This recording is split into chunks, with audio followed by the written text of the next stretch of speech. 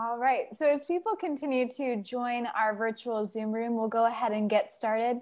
Hey everyone, I'm Julia, a bookseller with Politics and Prose, and we're live with Kevin Barry and Mark O'Connell discussing That Old Country Music. You can follow the link in the chat to purchase the book directly from us at Politics and Prose. If you have a question for one of our speakers, use the Q&A feature found at the bottom of your screen. We'll try to get to everyone's questions during the last portion of the discussion. Apologies in advance if we run short on time. Before we begin, we want to give special thanks to the Embassy of Ireland, Solus Nua, and Georgetown University's Global Irish Studies program for their collaboration on this series. We also want to thank you for joining us. We're so thankful to our family of loyal customers who keep our business and our spirits afloat. It's my pleasure to introduce today's event. From the author of the widely acclaimed Night Boat to Tangier, one of the New York Times 10 best books of 2019, stories of rural Ireland in the classic mode, full of love and sex, melancholy and magic, bedecked in some of the most gorgeous prose being written today. Kevin Barry is the author of the highly acclaimed novel City of Bohane and two short story collections, Dark Lies the Island and There Are Little Kingdoms. He was awarded the Rooney Prize in 2007 and won the Sunday Times EFG Short Story Award in 2012. For City of Bohane, he was shortlisted for the Costa First Novel Award and the Irish Book Award, and won the Authors Club Best First Novel Prize, the European Union Prize for Literature, and the IMPAC Dublin Literary Award. His short fiction has appeared in The New Yorker and elsewhere. He lives in County Sligo in Ireland. Mark O'Connell is the author of the books Notes from an Apocalypse and To Be a Machine, and was awarded the 2019 Rooney Prize for Irish Literature and the 2018 Wellcome Book Prize, and shortlisted for the Baillie Gifford Prize for Nonfiction. He is a contributor to the New York Times Magazine, Slate, and The Guardian. He lives in Dublin with his family. On behalf of Politics and Prose, please join me in welcoming Kevin Barry and Mark O'Connell. Thank you both. Thanks so much, Julia. Thanks, Julia. Thank you. So I think Kevin's going to start by reading, and then I'll make him submit to my questions. But I think we're going to. I will. Yeah. Thanks for doing this, Mark. I really appreciate it, and thanks to Politics and Prose for this kind of special transmission from the County Sligo Hills, where snow is general. I'm delighted to let you know tonight. I'm going to read a couple of pages just from the first story in the book, just to kind of give a flavour. There's a line in a piece about the book, or a review somewhere during the week, where it described the work as heartbroken people up in the hills, which pretty much covers it. The victims of heartbreak here, there's a youngish man in his 30s called Seamus Ferris, who has fallen for the Polish lady who works at his nearest cafe. And as we joined the story, he's been tossing and turning. It's one of those nights where he's asking himself, God, am I actually going to grasp the nettle here? Am I going to ask her out? In the auditing of the night, a plan had been laid down. He would raise the question on a Thursday morning, and so he had not shaved since the Monday. This provided a shadow of interest across what was, in truth, a weakish jawline. He scratched at the stubble helplessly as he picked at his scone, sipped at the cooling coffee. His stomach tumbled and spoke. He would leave it until he was ready to depart, and if he was refused, at least he would be out the door and could go and fuck himself into the Shannon. He was about to stand and make grimly for the counter. He felt like a man heading off to be shot, when she stepped out from behind it, and for absolutely no good reason came to saunter around his table, looking out at the rain that, as sure as Jesus, had returned to make another wet joke of the summer. Back to the usual, she said. You'd nearly do away with yourself altogether, Seamus Ferris said. What do you mean, she said. Nothing by it, he said. Do you want to go out with me sometime? That would be fine, she said. When is this happening? He believed now that they were in telepathic contact with each other. She must have known and read his intention. She must have known too that he had sensed her likely compliance. This was how fatedness worked, how love discovered itself. In the long 3 days, the endless 3 nights that led up to their Sunday meeting, he attempted to send mental messages down Dramard Hill and across the slow meander of the river. The content of these messages was, even to himself, uncertain, but had to do with ardency and truth. The Sunday of their arrangement came up to dense clouds and a heavy mugginess. He went to the toilet 5 times in the morning and took Imodium against the thunder of his insides. Traction as physical catastrophe was not exactly news to Seamus Ferris. He had been besotted before. Always it was with slightly humorless looking women who appeared to be in a condition of vague disbelief about the world. Involved in any level of romance, he was given to lurchy moves and hot declarations, and always in the past he had scared the women off within a few dates. He had not had anything even close to sex for 3 years. With his Catherine, he vowed that all would be different. He met her by the bridge at 3. The arrangement was for a spin in the van. "Have you ever been to the coast of Leitrim?" he asked her unpromisingly. "No," she said. It has a coast."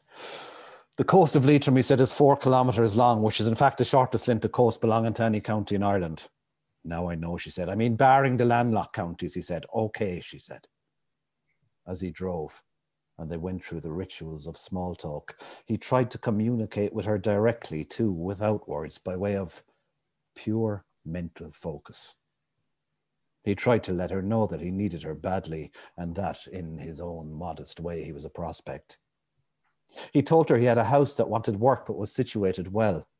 There were few bills. There was more than an acre of land to grow vegetables and flowers, and already he had begun this garden. It could be beautiful yet, he said.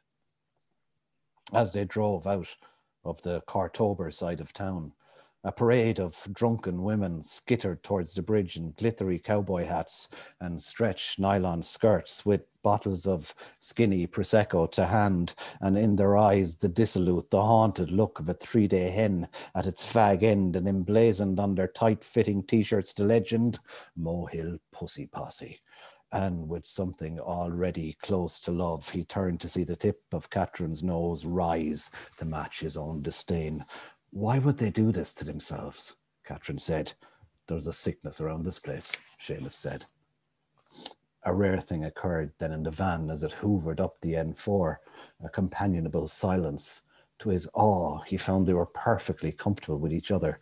They didn't even have to try. The coast of Leitrim sat under a low rim of Atlantic cloud. The breeze made the cables above the bungalows whisper of the Sunday afternoon's melancholy. The waves made shingle applause when they broke on the shingled beach. She told him she came from Stalowa Wola, a small city in the Polish south, and she could not see herself going back there. His heart soared. Is there no work?" he said. "Not much, but it's not that. It's more that my family is there, and that makes everything too..." She struggled for the word. "Close," she tried. "Clammy," Seamus said. "Families can be like that, give a clammy feeling." "Clammy?" "Like a warm feeling, but not in a good way," he said. "Sweat in your palms and at the base of your neck, and nervous type feeling." "You're funny," she said. "Thanks be to fuck for that," he said. "But yes," she said. "Clammy." I'll leave it there for now. It's wonderful. Thank you, Kevin. That was so good to hear you read that. I just wanted to start by talking about, I guess, the title, really. I mean, I finished it the other day, and I found myself, for some reason, after I finished it, I put on Planxty, the great Irish, Good man. traditional Irish group, which I'm not ordinarily a keen listener of that kind of music, but for some reason I was drawn to it straight away afterwards. And I just thought, as I was listening, I thought, actually, there's something going on with the music and these stories. And these stories it just struck me, they're ballads, in a way. Yeah. And you mentioned the heartbroken people up in the hills, and these stories of like, I said to you before we started that, I can't remember the last time I had such fun reading a collection or a book really, but such melancholy fun. And that seems to me to be that there's a balladry going on here. And I think I just wanted to talk a little bit about music and music in your writing and where music is in your writing. Yeah, I think it's interesting. Actually, last year I did an art project with a visual artist friend of mine, Sean Lynch, and it was about kind of scribes and balladeering and all that, going back to kind of medieval times in Ireland. It's really, it was really fun to kind of dig into that stuff a little bit, you know. What's amazing is like those old songs, they could be so kind of ripe and kind of horny and kind of not what you'd expect at all, you know. And actually, as you dig more into it, then you realize that like the reputation of Irish people back in kind of medieval kind of times in the 12th and 13th century was as a very kind of ribald kind of people, you know, like Irish women were notorious for greeting strangers with kisses on the lips. So I think I'm hopefully bringing some of this flavor through back into the current stream. But I do think that prose fiction is like all other art forms. It kind of aspires to the condition of music. That's what it's a disappointed musical form, if I could put it that way. I very much work the stories by the ear. They're kind of in a sense, I think the fullest expression of them is in the audiobooks when I get to sit around and gather around children and I get to recite and kind of to tell the story and put the story on the air. But that's very an important part of my process as well. When I'm actually writing, I will kind of, at a penultimate draft of the story, I will try it out on the air. I will kind of act it out and do all the voices and see if it holds together as a kind of a physical entity in the room. But like, it seems to me that like when I read your writing in general, I'm hearing like a very Irish music, and the dialogue it's recognizably, like irreducibly Irish, but it's also extremely heightened, as in, you know, you're reading Kevin Barry, you know, this isn't a real, like, this isn't, you know, this is an extremely heightened version of how Irish people talk, but it is also how Irish people talk. And I, you know, read your work, read these stories, and there's lines where I think, I hear people say this kind of stuff all the time. Yeah, and what you're doing is like you're drawing out the music of it. There's just, there's too many examples really to think of, but, you know, in Ox Mountain Death Song and Sergeant Brown is sitting in the car, and there's a line that really struck me was he's full of self-loathing and he hates himself and he's got problems with his own sexuality and he's eating all the time and he's drinking honey straight out of the, jar, and he looks at himself and he says, the big sticky face on it like a child. I just thought like that's such an irreducibly Irish way of talking, like the big sticky face on it. And you just draw out these ways of talking. And I just wondered, like, obviously the ear is the thing, but do you find it, like, do you hear people say stuff and go, I'm going to use that? All the time. All the time. And it's not like, like Irish people. And often I'm writing about sort of smaller town Irish people and rural Irish people. Often it's not that the odd time they say something fantastic that you couldn't make up, but all the time you hear it, once you're tuned in. Like I was in the petrol station yesterday, gas station for American listeners, and I was buying I was getting bales of briquettes, which are compressed pieces of turf peat for once you start explaining Ireland, there's no end to it, you find. But I was getting briquettes, and I was waiting my turn because there was an older gentleman ahead of me with his wife in the car, and he was getting briquettes too, and heavy enough, a bale of briquettes, and he was loading them into the boot of the car, and she kept telling him to get more.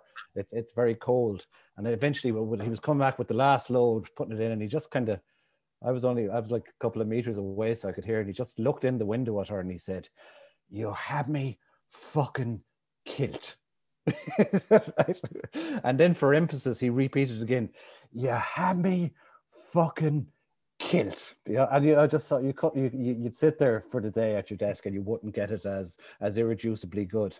I liked that, in this kind of long-suffering way. In one line, he kind of gave the kind of 50 years history of the relationship, I think. And she was quite smug in the car, freshly loaded up with fuel for the stove. You had me fucking killed.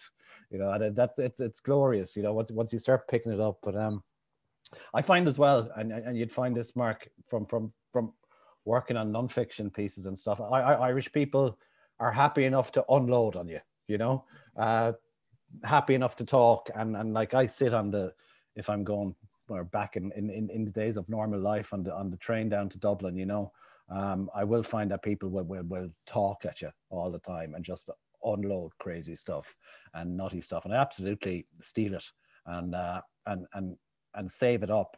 And I mean, a line like you hear from the old fella in the petrol station getting his briquettes, you had me fucking killed. That'll give you an entire character, you know?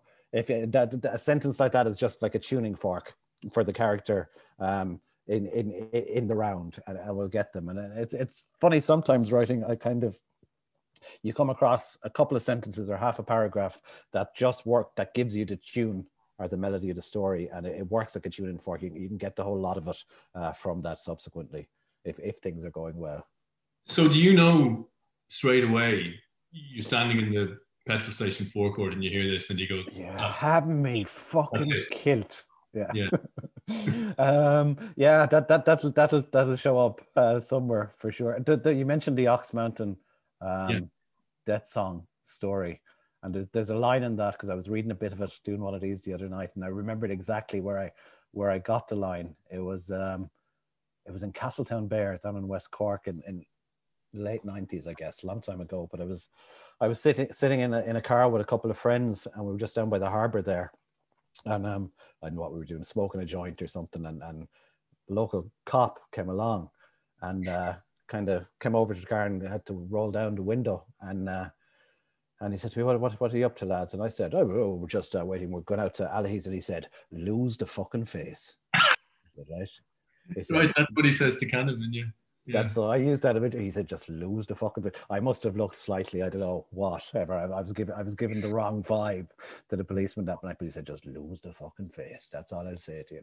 Kind of a thing. And you save these up for years, and it'll give you your cop in the story, you know. Just one or two lines like that will be enough to kind of will open a passage to the soul. It's wonderful because it's like, it's so specific. I can see the cop standing there in front of me, and I probably had cops say stuff like that to me in my younger days as well. But it's so general as well. Like it could be any Irish figure of authority of a certain age or whatever. Yeah. But the glorious thing then about Irish talk is as well, which is where we're going, I suppose, with it, is that like we do love the sounds of our own voices, you know. We're verbal people. We talk a lot, talk the legs off the chair kind of a thing. But it's we can say strangely little, you know. There's so much kind of there's so much of the thought, there's so much of the meaning of an Irish conversation that goes along under the surface of the actual talk, and it can take years to kind of figure out what was meant at some particular turn in a conversation here, you know. So as a fiction writer, that's where you find the tensions that make the stories taut and make them work. It's in what's not been said and what's going on underneath the surface. There's a line I overuse. There's lots of lines I overuse, but there's a line from Norman Mailer, who was talking about men in general, but he might very well have been talking about Irish men in particular, when he said, whenever two men say hello to each other in the street, one of them loses. There's always this little silent tussle going on when men talk to each other, and it's getting at those kind of little kind of subterranean kind of themes that are going through a conversation, but that will give you a kind of a piece of short fiction. Yeah. One thing I wanted to ask you about is, I guess you've hinted at it a little bit, you know, where the stories come from, but you know, I'm curious about the distinction between your novels and your short fiction. And it seems to me, and obviously this always looks the way from the outside, but I mean, it seems to me that you're pretty extraordinarily prolific, actually. I know these stories have been on the go for, you know, 7 or 8 years, presumably, but I'm just curious as to, like, when do you know something's a story and when do you know something's a novel? Do you start out knowing, or does it emerge No, there's very often an atmosphere of befuddlement in the outbuilt, the shed out the back that I write in, a former holding cell for Fenian prisoners. This used to be a barracks of the Royal Irish Constabulary. So I go to my holding cell, and an idea has presented itself, and very often, because I do love the short story, I love short fiction as a form because of a congenital kind of impatience. And like if a story goes well, you know, you can have a finished thing inside a week, which is very attractive compared to the longer slog of a novel or a script or whatever it is. So if I have an idea, my usual first instinct is, can I make this work as a short story? And sometimes you just can't, and you know that it's going to need a different kind of a broader canvas or a longer space to enact itself. But often things kind of change and transition from one state to another. Like the most recent novel, Naipo to Tangier, the two characters, the main characters in that, these Cork City gangsters, Morris and Charlie, initially showed up in short stories. They would kind of bustle in to a short story if it was starting to flag. These kind of very verbal Cork gangsters would show up and they would destroy whatever was on the desk because they were too large as personalities. So I eventually, or quite quickly, realized, I have to give them their own thing. I have to give them their own story and try and figure out who they are and try to get past the kind of a caricatural stage with them where they're just kind of wisecracking gangsters and see if see if there are any real people behind it. I would say most stuff doesn't work out. I write a lot now. I write like I march to the holding cell 7 days a week generally, but I would say literally like one in every 8 or 9 stories that I write will ever get to the point where it has any reader. You know, I know most of them aren't really working out, but if you write a lot, it gives you you know some quality control where you can make sure only the very best stuff that will go out there. I have a tendency to finish everything that crosses the desk in a kind of superstitious way that you kind of earn writerly karma by finishing the bad stories, and they might kind of earn you the good ones when those come along. And so you know at a certain point that a story probably is not going to work, and you'll go through with it anyway, just to get it out of your system in a way. Yeah, and also there is the case that you never quite know. It can be late on in a story's process that something will kind of click, and it will kind of surprise you or something, and maybe feel more right towards the close of the process than it did at the start. But mostly I can kind of see it's not often a case that they'd be terrible stories. It would just be the sense that it's ground that you've maybe gone over before, or the situation or the characters are quite similar to the ones that you've had before, and there's no great excitement in it. You're looking for your characters to kind of like refresh themselves and kind of surprise you and to kind of make it difficult for you as well. Like one of the things that's very attractive about writing short stories is they're really fucking hard, you know, and most of them go wrong. So that makes it, when you get one that works out and you know that it's worked out, that's a really kind of that's a really rewarding feeling, and it's very, like, it's rare, but it's a wonderful thing when one happens for you. I mean, I wanted to ask you in particular about one of the stories in this book, because you've just mentioned kind of, you know, covering ground that you've covered before, and it seems to me that there's something really interesting happening in a way with the last story in this book, which is Retka in the Buckhouse, and that seems to me to be in no way retreading the same ground, but kind of a brotherly work to Beetlebone, because in both cases you have these men who are like great artists in their fields, John Lennon, Beetlebone, and Retka in this story, who have sort of washed up on the shores of rural Ireland and gone mental. And I think this is like really interesting. What is it that draws you to this? Or another way to put it would be like, what is it about the landscape or the place that seems fertile territory for losing the run of themselves? Because a lot of your characters do lose the run of themselves. They generally lose the run of themselves all the time. Yeah, these heartbroken people up in the hills. Yeah. But they're certainly kind of cousinly pieces to each other, the novel Beetlebone and Redka. I finished Beetlebone on a Tuesday, and I started Redka on the Friday, I think it was. And it's interesting, actually. It's at the end of a novel. It's a bit like physical fitness, you know. You're kind of all systems are firing, and you can sometimes get an extra bit of work out of it. But no, it's kind of my favorite piece in the book in a way, the Redka story, because I got it very quickly in about 3 days. I had something that's extremely rare in a short story writer's life, which is a deadline. You know, there aren't enough deadlines. There's never a sense of pressing urgency where the phone is hopping going, where's your short story, you know? But I'd actually promised a newspaper here, the Irish Times, is running a summer series, and I said, oh yeah, I'll have a story for you next Tuesday, and it was the Friday, so I had to do it. And I was out on an Ishboffin to give a reading, and there was a little plaque in the pub down in the harbour saying that Theodore Redka was drank here in 1960. And I'd been aware of the story from Richard Murphy's the poet Richard Murphy's memoir, The Kick, where he talks about it, inviting Redka and his young wife Beatrice to the island. And he was just a car crash apparently as a person, you know, and he caused havoc out in this very small 5 mile wide island. It got to the point after a few weeks of him out there, they kind of had a meeting in the community hall and said, like, we have to get this guy off the island, you know. He was just like drinking and chasing women and just getting into fights and up all night. And then he was eventually committed back to Ballinasloe. But no, I mean, like, you begin every story with a kind of a vaulting ambition for it. And I sense like, oh, this is going to be the one, and they almost always fall short of that. But I felt I got a language for him that felt right. I was looking for a kind of a prose that had a kind of a mid-century kind of glamour to it, like his poetic line.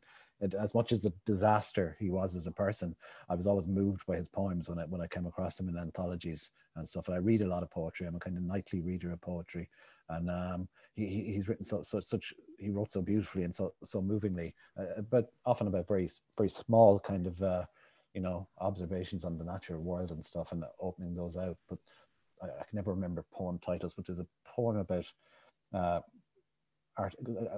killing a small bird while he's mowing the lawn by accident. It's one of the most beautiful poems of the century. But yeah, I just felt like I got a language that seemed to click for him, and that felt right for him. And it felt like a gift of a short story. It's happened to me like 3 times, I think, where I've got a story that easily, where it's all been pretty much there in the first draft. And I'm writing stories in a serious way now since the late 90s. So it's, you know, not much of a strike rate, but when one happens like that and it sort of just presents itself to you, you feel like the gods of the form are briefly smiling on you, you know? Does the pressure of the deadline help? Yeah, definitely. Absolutely. Just from my background, my working background as well was, you know, from teenage times up until my mid-30s, I was a freelance journalist. I was freelancing before I left school. Even I was one of these little sort of, you know, born hacks. And I just thought the great thing that a background in journalism gives to you as a writer is it takes any kind of it takes all preciousness out of it. You know, you don't sit around kind of or lie around on your sofa waiting for inspiration. You know, you can always work. You know, you can always write to some degree. And just attach your butt to the chair and try and make it a day where something happens for you on the page. So it's very it's very useful. It's an unusual background now. It would be a traditional, you know, people go to kind of do MFAs and stuff before certain fiction writing careers. So my background is a sort of a cub reporter on local newspapers, and then freelancing seems like something antique out of a Damon Runyon novel or a story or something. I mean, reading your prose, if you had to guess blind what your background was, you would never say journalist. I mean, I certainly wouldn't anyway. I mean, there's, you know, such kind of care and attention to, as I say, the music and, you know, like a playfulness that, I mean, I can't imagine that coming out of the sort of. I used to write a lot of kind of color pieces. I used to write sort of, and I used to write a column, a kind of a supposedly funny column for the Examiner in Cork for years. Like I was world famous in Cork in the 90s. It's all that matters. You'd find like by the time I'd get to about Fermoy or Mallow, my fame would start to dissipate with every passing mile. But no, it's kind of great experience as well. But a lot of the stuff that I took from those days was just kind of almost like research for fictional worlds without realizing I was doing that at the time. You know, at one point I used to work the very early shift on the Evening Echo newspaper down in Cork. Which like started at 6 a.m. and went until 2 p.m. And I like to work it because I was very often still up at 6 a.m, so I could just go in. And my first job would be to ring every police station in County Cork and say, did you have anything last night, lads? You know, because there's loads of them. Like, it's a big county, so there'll be like dozens of police stations, and they would never tell you anything unless you actually rang up and asked. You know, there could be like a dozen dead in a riot in Middleton, and unless you rang and asked them, they wouldn't tell you about it. But that was great. That's great. Kind of you're gathering kind of stuff all the time from this kind of gig, you know, and you can bring it forward. I mean, presumably the kind of like underworld figures that populate your novels and your stories, you know, City of Bohane, you know, plenty of these stories, you know, Night Boat to Tangier. Do they have their kind of origins in Cork in that time? Yeah, and even before, like my first jobs were in Limerick City. From kind of late teens, I was working on newspapers, and I used to do the district court in Limerick. And I tell you, that's a schooling in all aspects of the human soul and spirit. You know, all of human life goes through Limerick District Court on a Thursday morning. It struck me years later that I got an awful lot for that first novel, City of Bohane. The research for it was sitting in like courthouses in Limerick in the late 80s, you know, entirely unaware that 20 years later I'd be writing this novel. But it's the best research, you don't know that it's research at the time. It just kind of it's just stuff you're gathering and it's seeping in. But reporting, you know, it is very good for training your ear as well, and for, you know, getting the way people talk and trying to get that down. I mean, so speaking of the way people talk and the ear and music and all that stuff, and forgive me if this is something you get every time anyone talks to you about your work, but the person who comes to mind for me when I read your stories, like I think Joyce is there obviously in the kind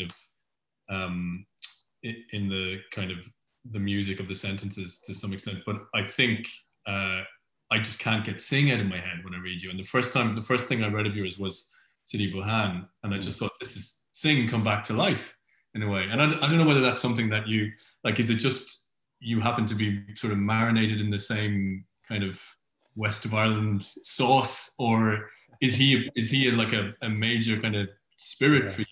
Because the sort of as I said at the beginning, like the kind of heightened stylized language, which is at the same time authentically Irish. He never would have been a big thing for me particularly, but absolutely I can see that like the tendency to kind of mythologize places, you know, which I do like my stories. They'll often start and they'll kind of in the first page or so they will look like kind of realism, you know, and but very often kind of start to tiptoe away from that quite quickly and operate out and kind of just on the very edge of believability, really, which is kind of a dangerous place and an attractive place to work as a writer. You know, there are rewards and there are risks. It does strike me writing the west of Ireland, and writing kind of rural Ireland and small town Ireland. You have a lot of the same difficulties that face writers of the American South. It can look like too much on the page. It looks like too much. It can feel like, oh Jesus, you're really shoveling it on here. But then, you know, you come back to these places and you listen and you know, you're not given the half of it. The stuff that goes on and gets said. There is that tendency towards the Gothical always and towards hyperbole in the way West of Ireland people talk about their world and see it and all sorts of things come down, I'm sure, from things like ballad forms as well. I've a very vivid memory always of Ireland in the 70s when I was a small child, and there was frequently the electricity board was frequently on strike. So you'd have those nights where, you know, the electricity was off for a few hours, so the candles would be lit and it would be around the fireside. And they tended to be quite social affairs, like the cousins would call around and people from the road would call around, and it would be pretty much pure kind of storytelling, you know. And we would have all have heard the stories endless times before, you know, Uncle Joe doing his bit, but all that mattered really was not the details or the fact that we knew everything that was coming in the story, but the quality of the rendition. How well is she telling it? Is it funny? You know, is it sort of, has it got the measure of poignancy? So that's absolutely formative to me as well. I think, you know, coming from a kind of these broad Irish families where you know, people are spoofing all the time and trying to kind of outdo each other. With jokes and slagging and all that kind of stuff that we think everybody does, and you realize when you travel the world a bit that they don't, you know, that families aren't remorselessly winding each other up all the time. Yeah, you try it abroad and you learn pretty quickly that it doesn't I just wanted to ask one more question and then we'll open it out to the folks at home, but I just wanted to ask about to what extent, when you're writing a story, do you have a sense of the book at the end? You know, is there a kind of is there one eye on the sort of thematics? Because there obviously, like, there is a theme, like there's plenty of kind of motifs of, you know, loneliness and, you know, people cracking up in the hills and all these kinds of things. But when you're writing a story, do you see it as part of the whole, or does that just come? Yeah, you know? it was described somewhere as riveting tales of wounded Irish folk, which I'm hanging up on a sign outside the door, you know. But no, actually, I never think of, until a late stage, I never think of it as a book, as a collection of stories. You know, each collection is merely a kind of a record of what I've been up to as a story writer in the period since the last book came out. And this one, like, it's unbelievably, it's 9 years since Dark Lies the Island came out. So I had sort of 8 or 9 years of work to kind of pick from, and I sort of searched out around the house and in various laptops and under the sofa and stuff, and I had about 20 stories that were kind of in a finished condition pretty much, and I picked 11 from them then, and you look for the ones that kind of seem to speak to each other in some way and kind of play off each other and reverberate a little bit. And of course, a lot of it with this collection was geographic. You know, your stories follow you around in the world. And I've lived here now in County Sligo for 13 years, and a lot of the work is increasingly, you know, set in the locale. Like it's funny. It's one of these kind of decisions you make in your life that's purely pragmatic. It doesn't seem to be anything about your creative life where you're going to live. Like we came here because it was the height of the Celtic Tiger, and it was, you know, one of the few places you could afford to buy a house in Ireland in 2007 was a swamp in County Sligo. But of course, that turns out then to be a very important creative decision, because, you know, the locale and the language and the way the light falls at different times of the year completely infects your work and gets into it. So you have to be careful, you know, where you put yourself, because it's gonna color the stories.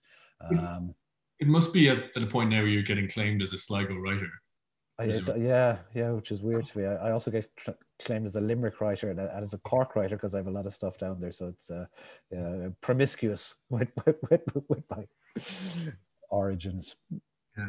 Well, I guess we should probably let some other people have a say here.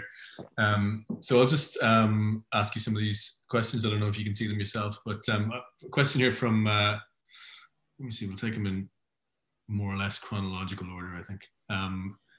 From Susan Carney. Are you finding it any harder to write at the moment with the lack of interaction with other people, stroke eavesdropping on their conversations, to pick up on the nuances of the spoken language? No, we still have the petrol stations, which are critical. You have me fucking killed.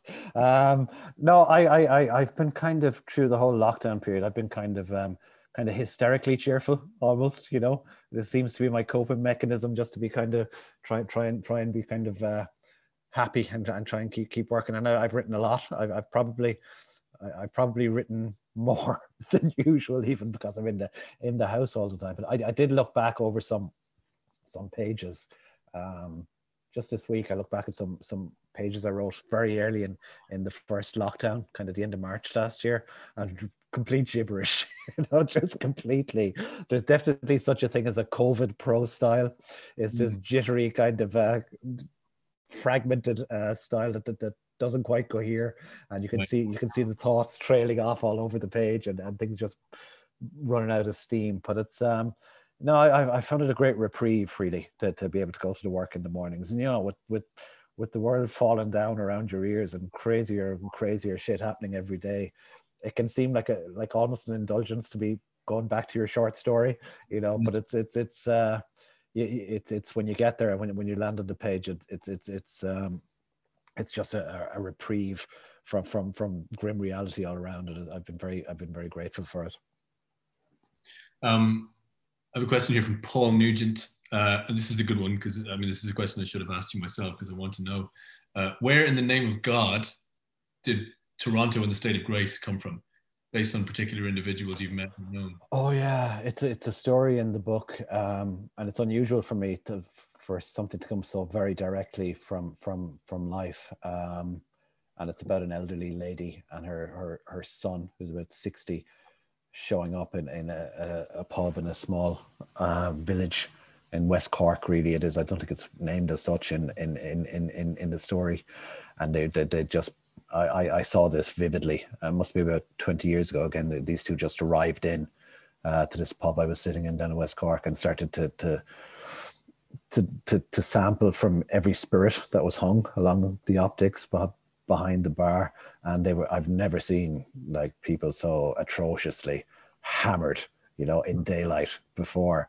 And they were kind of marvelously theatrical, and there were gestures, and there were songs, and there were bits of poems. And I probably saw them at this for about 20 minutes, half an hour before I left, but they kind of they stuck with me for years. I had a go at them on the page, but it's it's rare enough that I'll take something very directly from life like that, a situation like that, but I just couldn't resist with those two. Okay. A question from Emily Reynolds here. I loved Nightboat to Tangier. I love all of Kevin's work, but this is my absolute favorite. I often thought as I read it that I would love to see it made for screen. Would you like to see any of your work converted to screen, or is it something that holds no interest for you? Oh no, I'm at it all the time, writing scripts and stuff. There've been a number of short films and a feature, Dark Lies the Island, a couple of years ago, and I'm currently working on Tangier as a screenplay. So I'm not free of Morris and Charlie, my Cork gangsters yet. They're going to follow me around for fucking ever, It's funny, inspiration seems like a lovely idea, a lovely fluffy thing, but more often than not, it's annoyance. It's these people who get into your head and won't shut up. And Morris and Charlie have been like that, but it's I tend to miss them then when they're gone, when the project is finally done with and they've gone out the door. But yeah, no, I enjoy writing with actors in mind, and it's something that probably would have surprised me if you'd said it to me like when my first book came out in 2007, that what will you be doing in 13 or 14 years time, and I would have said, oh, I'd be like career novelist. It'll be novel.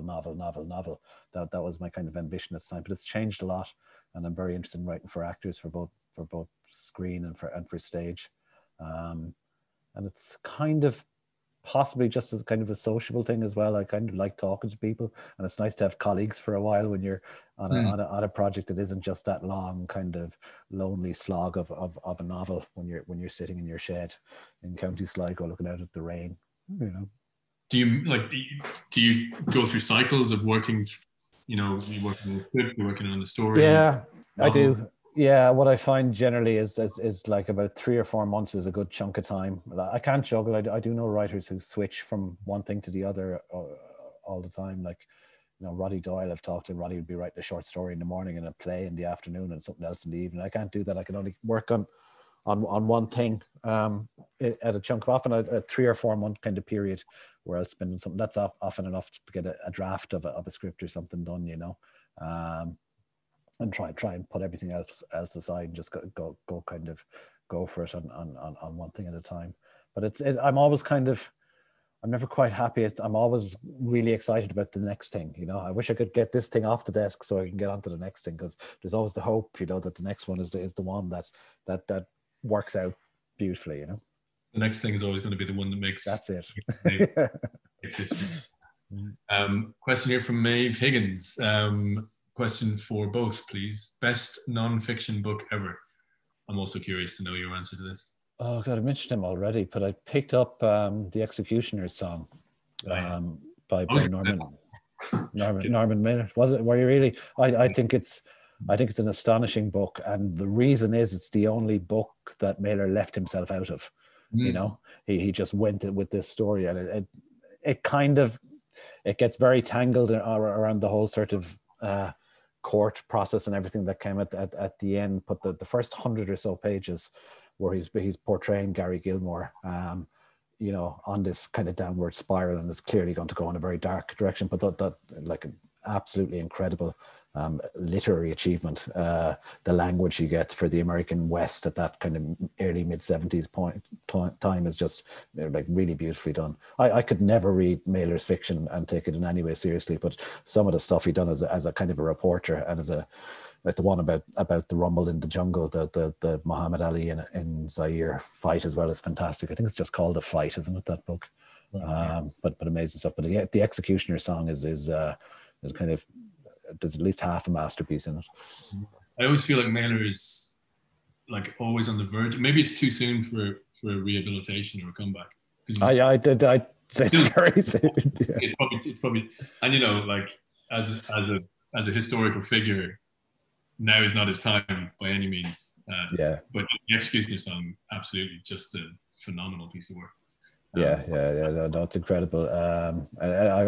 It's interesting. I read it like, it must have been late 90s, and sometimes you read a book 20 years later and it just doesn't hold up. But when I read it, I thought, God, yeah, that this is actually, it's still brilliant, you know. There's a guy who listened to people talking in gas stations. Oh yeah, absolutely, yeah, he got it. Okay, a couple of questions here. Do you ever suffer from writer's block? And if so, what is your... No, I don't really. I'm always able to kind of, and I think it's maybe because of a journalistic background, I know that I can always write to some degree, and it won't always necessarily be brilliant.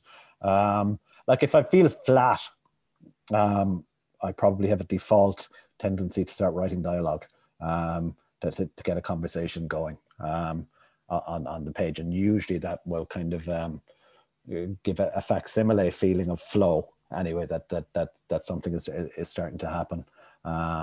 But no, I haven't had any kind of prolonged period where things were a struggle. It's an interesting process. Often before you make a breakthrough in a story or in a novel or whatever, you go through a very kind of low couple of weeks where you're kind of stuck with it, and then nothing seems to be moving too quickly. But you have to go through that. You have to go down to the kind of the bottom of the barrel sometimes, and then you'll find kind of light and way out. And there's a great book just been reissued, Brian Eno's diary from 1995.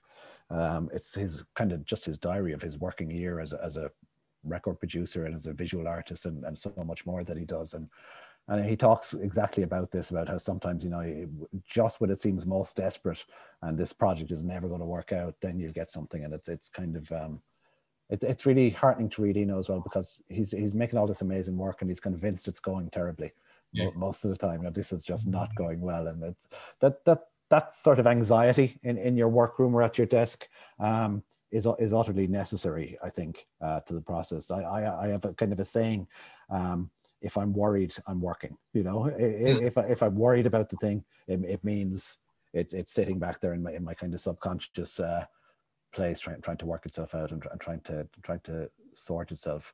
If things seem to be going well, that's probably a danger sign. You know.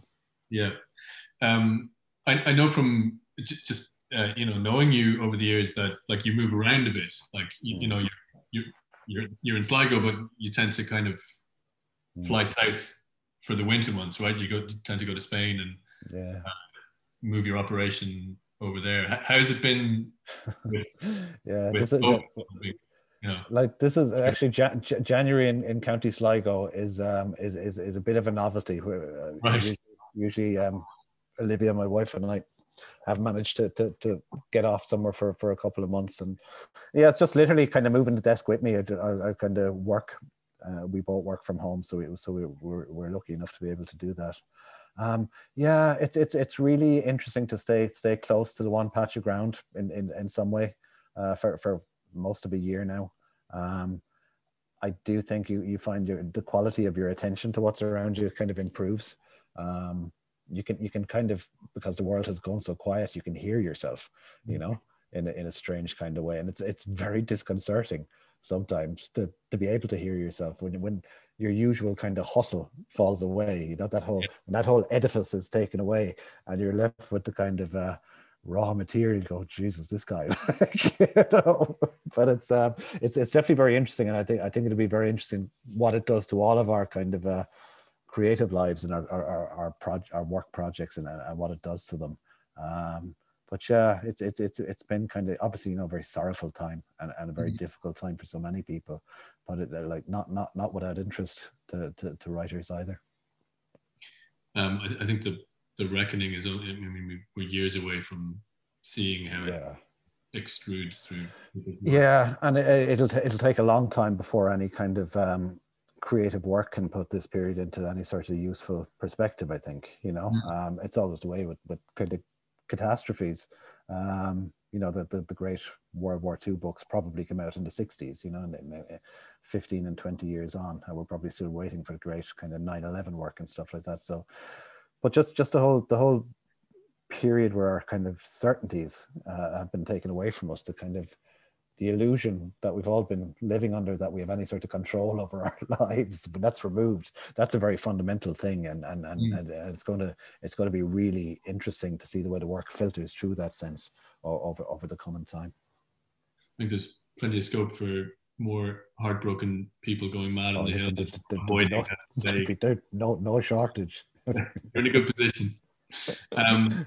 I think we've just about run out of time. So thanks for all the questions from everyone, and thanks to Kevin for answering the audience questions and my own questions as well. And that was just a wonderful hour or thereabouts. And yeah, it was just really lovely to get the opportunity to grill you. It was great, Mark. It was really nice to do it. Hopefully next time we do something like this, we can go to the pub afterwards, you know.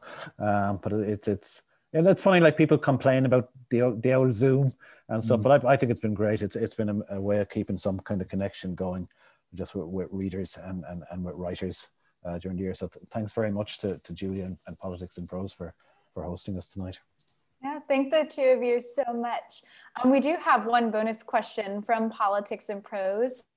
Besides that old country music and the nonfiction titles you just mentioned in response to the audience's questions, is there anything that you're currently reading or would like to suggest to our audience to pick up during their quarantine?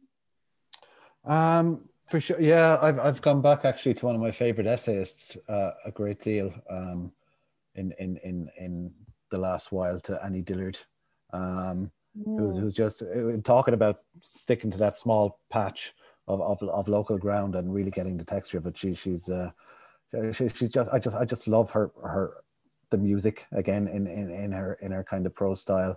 I've been rereading the classic Pilgrim at Tinker Creek, but also some shorter pieces collected in a book called The Abundance that came out a couple of years ago. And she's just, yeah, she gives somehow a sense of calm that lifts off the page, and she's been glorious to delve back into. Mark, anything from you? Yeah, actually, well, I bang on about Annie Dillard a lot myself. Actually, yeah. I just realised that the question that Maeve asked about the greatest nonfiction books. Actually, Annie Dillard's, for the time being, is just a book that it's not that I reread it. It's like I'm never not reading it. I just keep it on my desk, and just one of those books that I kind of dive into when I don't know what to do or I don't know how it's done, and then you kind of read it and you don't know what she's doing, but you know that that's how it's done in a strange sort of way. At the moment, what am I reading? I always find it difficult to answer that question because I'm reading like 7 or 8 different things. I'm reading a book. I'm reading a book called. In fact, I've only really just started it, but it's a book called Somebody's Husband, Somebody's Son, which is about a British serial killer, Peter Sutcliffe. But it's I'm very interested in crime at the moment. The Gordon Byrne book. Burn book, yeah. It's phenomenal, yeah. He's and I would put that beside Executioner's Son absolutely, yeah. He wrote one about the Fred West thing as well, didn't he? Which I can't open.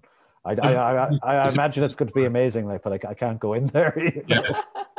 Can't go to that house. Well, thanks to you again. Thanks to Kevin Barry, Mark O'Connell, and again to the Embassy of Ireland, Solas Nua, and Georgetown University's Global Irish Studies program.